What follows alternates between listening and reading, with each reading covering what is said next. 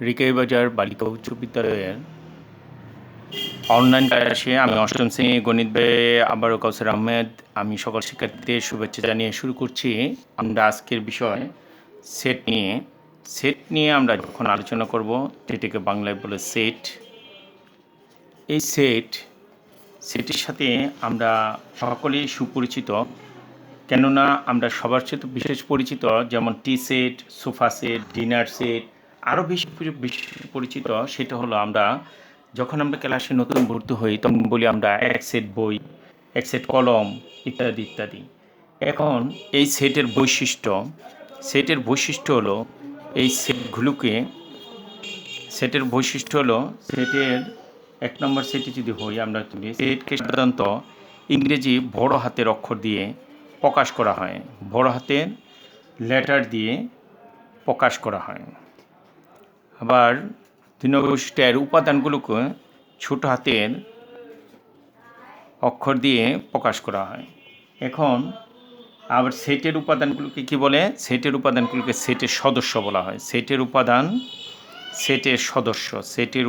হলো সেটের সদস্য বলা হয়। আমরা সেটের বৈশিষ্ট্য দেব। এখন আমরা জানবো যে সেট কে আবিষ্কার করলো। সেট আসলে আবিষ্কার করেছেন, সর্বপ্রথম সেট আবিষ্কার করেছেন জর্জ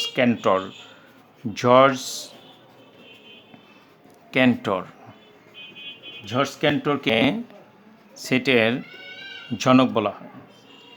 জর্জ ক্যান্টর ছিলেন জার্মান গণিতবিদ। জর্জ ক্যান্টরকে সেটের জনক বলা হয়। আমরা এই জর্জ ক্যান্টর সম্পর্কে জানলাম। এখন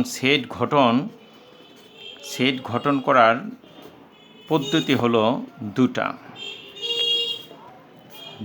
1 নম্বর তালিকা পদ্ধতি,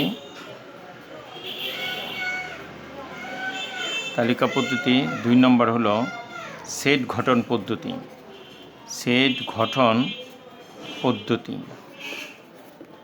আমরা তালিকা পদ্ধতিকে বলা যায় রোস্টার মেথড বা টিউবুলার মেথড, আর সেট গঠন পদ্ধতিকে বলা হয় বিল্টার মেথড বা রুল মেথড। সেট গঠন 1 নম্বর তালিকা পদ্ধতি গেলে আমরা যে দেখব তালিকা পদ্ধতিটা প্রকাশ করা হয়, অর্থাৎ যে পদ্ধতিতে সেটের সকল উপাদান দ্বিতীয় বন্ধনীর ভিতরে থাকবে, যেমন 1, 3, 5, 7, 5, 6, 7 ইত্যাদি। এরকম বি নাম্বারটা যদি বলি আমরা 2, 4, 6, এরকম বেজোড় সংখ্যা হতে পারে, এটা নাও হতে পারে। এখন তালিকা পদ্ধতিতে সকল উপাদানগুলো একটা সেকেন্ড ব্র্যাকেটের ভিতরে থাকবে এবং প্রত্যেকটা উপাদানের মধ্যে কমা ব্যবহার করা হবে। এটা গেল তালিকা পদ্ধতি। এবার আমরা আলোচনা করব আমরা সেট গঠন পদ্ধতিকে বলা হয় রুল মেথড। সেট গঠন পদ্ধতির মধ্যে দেখা যাচ্ছে আমরা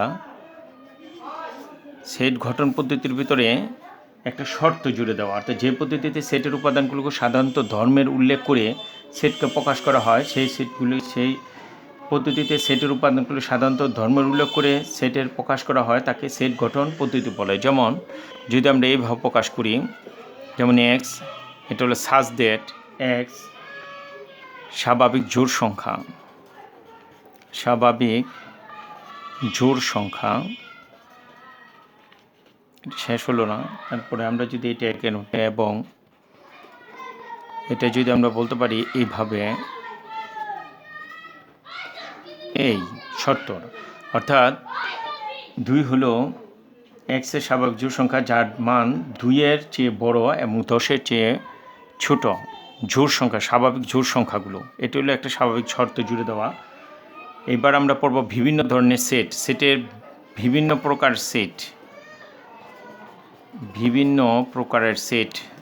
প্রকারের সেটের মধ্যে আছে আমাদের। প্রথমে যদি আমি বলি সসীম সেট হলো এরকম, অর্থাৎ যদি এ হয়, যেমন 1, 3, 5, অর্থাৎ সসীম সেট কাকে বলে? যে সেট উপাদানের সংখ্যা গণনা করে নির্ধারণ করা যায় সেই সেটকে বলা হয় সসীম সেট। যেমন এখানে 1 3 5 এটুকুই শেষ। আবার আছে অসীম সেট। অসীম সেট কি? যেই সেটের উপাদানগুলোকে গণনা করে শেষ করা যায় না। যেমন 2 4 6 অসীম পর্যন্ত বেজোড় সংখ্যাগুলি যেতে থাকবে। আর ফাঁকা সেট, যে সেটের কোনো উপাদান থাকে না তাকে ফাঁকা সেট বলে। যেমন ফাঁকা সেটকে আমরা বলতে পারি এরকম। ফাঁকা সেটকে সেকেন্ড ব্র্যাকেট বা ওরি দ্বারা প্রকাশ করা হয়। ফাঁকা সেটের বৈশিষ্ট্য হলো ফাঁকা সেটকে ওরি দ্বারা প্রকাশ করা হয় এবং ফাঁকা সেট যে কোনো সেটের একটি সাধারণ উপসেট। ফাঁকা সেট নিজেই একটা উপসেট। উপসেট কাকে বলে? কোনো সেটের উপাদান থেকে যতগুলো সেট গঠন করা যায় তাদের প্রত্যেকটিকে প্রদত্ত সেটের উপসেট বলে। আমরা উপসেট নিয়ে আলোচনা করব।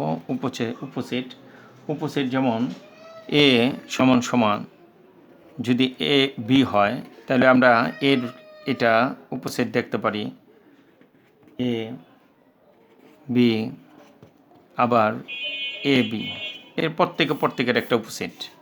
এই উপসেটগুলোকে এই প্রতীকটা দ্বারা প্রকাশ করা হয়। এটা হলো প্রকৃত উপসেট আর এটা হলো উপসেটকে সূচিত করা হয়। তার এছাড়া আরও আছে সার্বিক সেট নিয়ে যদি আমরা আলোচনা করি, সার্বিক সেটকে মানে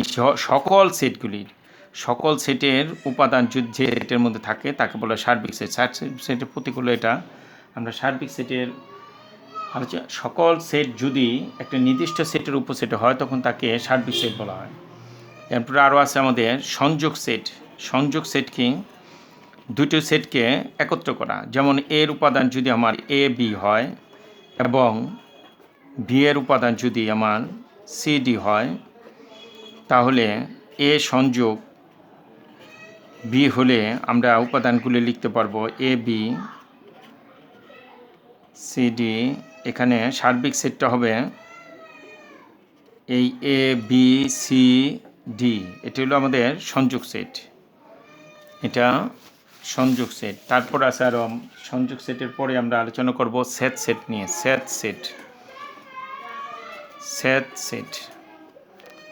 সেটটা হলো দুটি সেটের সাধারণ উপাদান নিয়ে গঠিত সেটকে ওই সেট দ্বয়ে সেট বলে।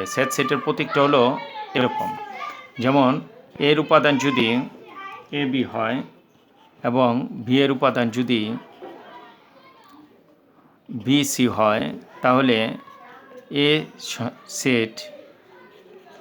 সেট বি, তো এর উপাদান হলো এ বি আর বি এর উপাদান হলো তোমার বি সি।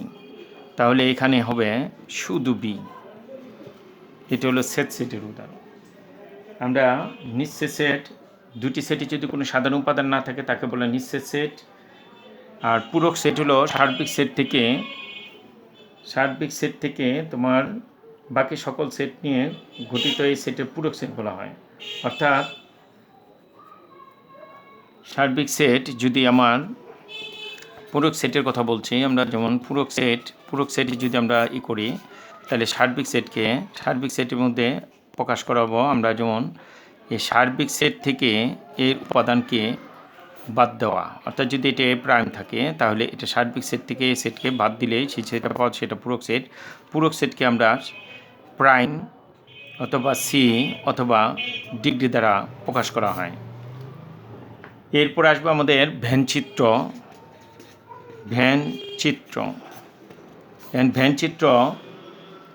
কোনো সেটের উপাদানগুলোকে আয়ত, বৃত্তাকার, উপবৃত্তাকার, ত্রিভুজাকার, আবদ্ধ ক্ষেত্রের অন্তর্ভুক্ত করে যে চিত্র পাওয়া যায় তাকে বলে ভ্যানচিত্র। আমরা কখনো কখনো এরকম চিত্র দেখতে পাবো, যখন এখানে এ হয়, এখানে বি হয়, এখানে 1 2 3, এখানে 4 5 6 এরকম থাকতে পারে। এখানে মনে করো 5, এখানে 5 9 7, এখানে 8 এরকম থাকতে পারে। এটি ভ্যানচিত্র আকারে প্রকাশ করতে দেখি আমরা। আবার এরকম চিত্রের মাঝে এরকম আয়তলেখ দ্বারা দেখতে পাই। এগুলিকে চিত্রের মাধ্যমে প্রকাশ করাই ভ্যানচিত্রর প্রধান বৈশিষ্ট্য। আমরা এখন কিছু চিত্র নিয়ে আলোচনা করব। সেটের মধ্যে কিছু চিত্র আছে, সেই চিত্রগুলি আমাদের জানা একান্ত প্রয়োজন, যে চিত্রগুলি আমরা ব্যবহার করব। যেমন এটাকে বলা হয় এপসাইলন। এটাকে বলে এপসাইলন এফ, এপসাইলন, যেটাকে বাংলায় বলে